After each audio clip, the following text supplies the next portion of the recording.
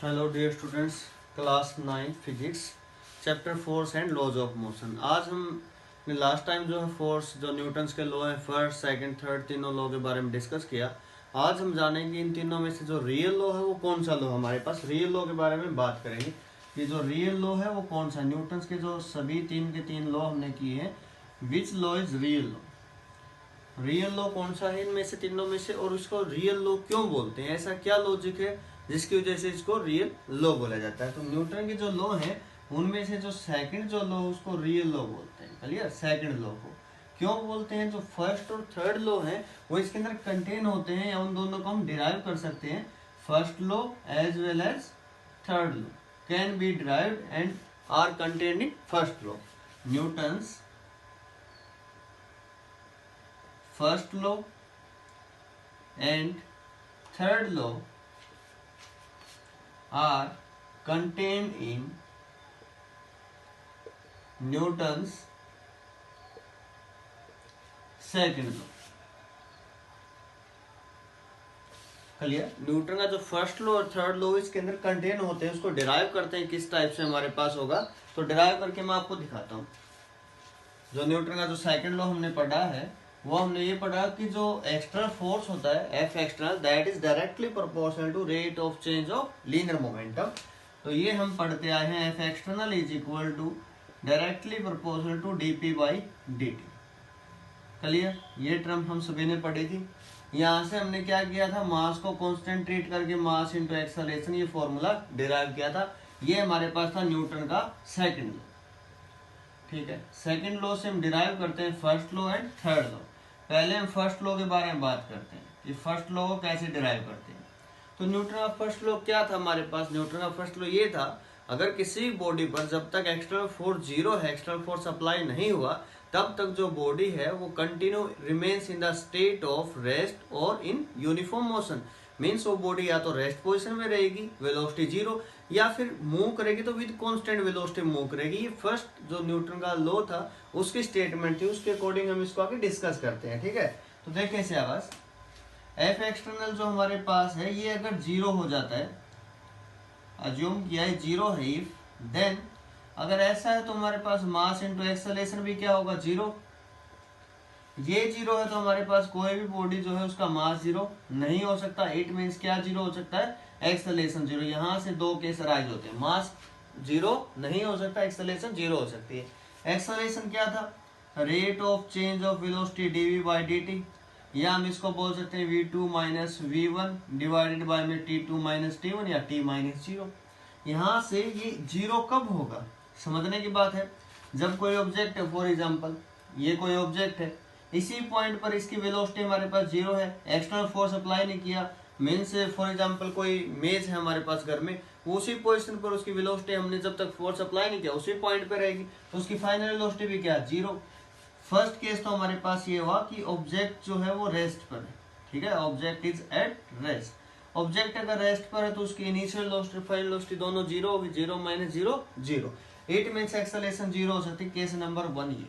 Number 2, हमारे पास acceleration zero तब भी हो सकती है जब दोनों वेलोसिटी क्या हो? सेम हो सकती है। कोई गाड़ी चलती हुई आ रही हो हमारे पास, एग्जांपल के तौर पे ले रहा है 50 किलोमीटर पर आवर पे, ठीक है, आगे भी उसकी वेलोसिटी कितनी? 50 किलोमीटर पर आवर, तो 50 माइनस 50 भी क्या होगा? जीरो।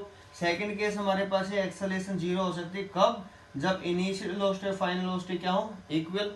इक्वल मीन्स कोई भी ऑब्जेक्ट किस में? Object is in uniform motion. Object is in uniform motion. Uniform motion means moving with constant velocity, कि वो जो ऑब्जेक्ट है हम ऐसा बोल सकते हैं that is moving with constant velocity. Constant velocity से मूव करा तब उस केस में उसकी एक्सेलरेशन क्या होगी? जीरो।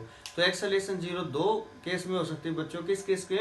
नंबर 1 तो ऑब्जेक्ट किस पे हो? रेस्ट पर हो। रेस्ट पर है तो इनिशियल भी जीरो, फाइनल भी जीरो। नंबर 2, ऑब्जेक्ट मोशन में है लेकिन उसकी जो इनिशियल वेलोसिटी फाइनल वेलोसिटी क्या?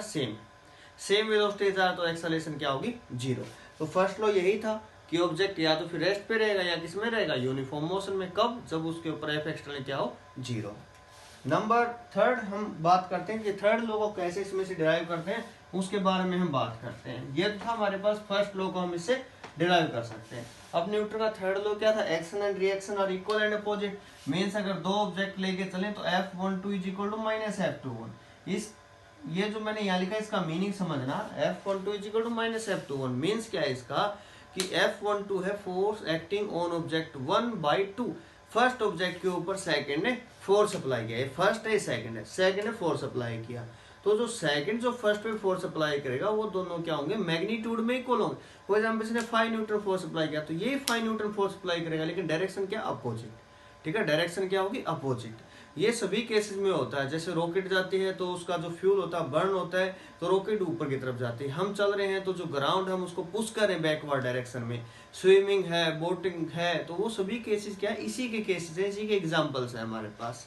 क्लियर। तो हम उसके बात करते हैं न्यूटन के थर्ड लॉ की। तो न्यूटन का थर्ड लॉ कैसे हम डिराइव कर सकते हैं, ये हमने यहाँ पर कोई दो ऑब्जेक्ट 1 2, अब 1 के ऊपर फोर्स अप्लाई हुआ F12, मैं लिख भी देता हूँ आपको लिखना भी, force acting on object 1, force acting on object 1/2 F21 का मीनिंग समझना, F21 क्या, force acting on object 2, acting on object 2/1। Clear. F12 क्या है, force acting on this object by this, F21 का force acting on this object by this. अब हमने Newton का जो सेकंड लॉ था उसमें ये पढ़ा था, F जो होता दैट इज dp/dt। अब यहां से इसी टर्म को उठा के हम बात करते हैं, यहाँ पे हम बात करते हैं F12। ध्यान से समझना, ये बात समझना कि F12 का मीनिंग क्या है, 1 के ऊपर फोर्स अप्लाई हुआ, किसने अप्लाई किया, 2 ने। फर्स्ट बॉडी के ऊपर फोर्स अप्लाई हुआ, किसने अप्लाई किया, 2 ने।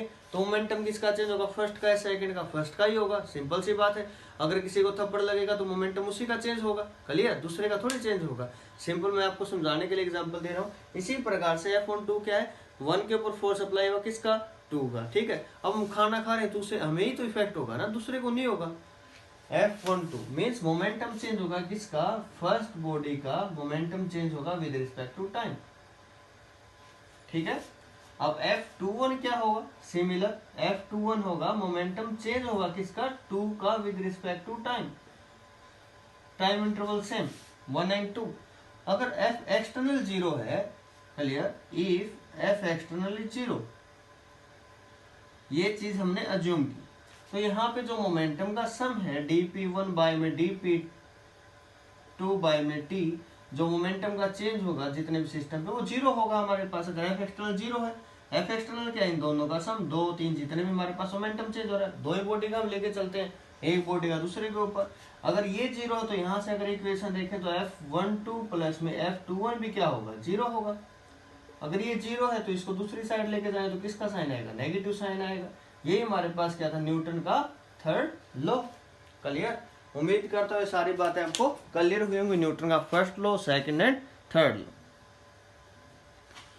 ये हमारे पास क्वेश्चन है न्यूटन के लॉ के regarding, what is the change in momentum of a ball of mass 1 kg when its speed increases from 3.6 km/h to 7.2 km/h। यहाँ पर चेंज इन मोमेंटम पूछा गया है, ना कि मोमेंटम। ठीक है, momentum and change in momentum की यूनिट सेम रहेगी, लेकिन पूछा क्या गया उस चीज का ध्यान रखना है। मोमेंटम जो होता है सिंपल वो मास इंटू वेलोसिटी होता है, जो चेंज इन मोमेंटम होता है वो हमारे पास फाइनल माइनस इनिशियल, या फिर P2 माइनस P1 आप इसको बोल सकते हो, या फिर M into V minus U आप इसको बोल सकते हो। ठीक है, तो ये हमारे पास यहाँ पर फॉर्मूले रहेंगे। नंबर 1, जब भी आप इसको सॉल्यूशन करें सबसे पहले लिखे गिवन क्या क्या है। ठीक है, गिवन इस क्वेश्चन में क्या है, मास गिवन है, कितना गिवन है हमारे पास, मास है 1 kg। ठीक है, स्टार्टिंग में स्पीड गिवन है, ये होती है हमारे पास इनिशियल स्पीड, और ये होती है हमारे पास कौन सी, फाइनल स्पीड। इनिशियल जो स्पीड गिवन है, इनिशियल स्पीड को हम u से लिखेंगे, u is equal to 3.6 km/h। तो km/h को अगर कन्वर्ट करना मीटर पर सेकंड में, तो किलोमीटर में कितने मीटर होते हैं, 1 किलोमीटर मीन्स 1000 मीटर। ठीक है, और 1 आवर में सेकंड कितनी होती है, 3600 सेकंड। ठीक है, आप इसको मल्टीप्लाई करेंगे यहाँ से, इस टाइप से कन्वर्ट हो जाएगा। या फिर सेकंड जो हमारे पास मेथड रहेगा 3.6, डायरेक्ट आप इसको 5/18 से मल्टीप्लाई कर सकते, क्योंकि यहाँ से रिजल्ट वही आ रहा है। देखो 0 से 0, 2 पे 5, 2 पे 18, यही रिजल्ट आएगा। तो सेम आप ये फॉर्मूला भी यूज कर सकते हैं। तो 18 पे कितने पे जाएगा, पॉइंट है तो पॉइंट इसका हटा देंगे तो 10 नीचे आ जाएगा डिवीजन में। 18 पे कितने पे जाएगा 10, 18 पे कितने पे 2, 5 2 जा 10, 10 बाई 10 मीन्स 1 मीटर पर सेकेंड। इनिशियल स्पीड हमारे पास मिल चुकी है 1 मीटर पर सेकेंड।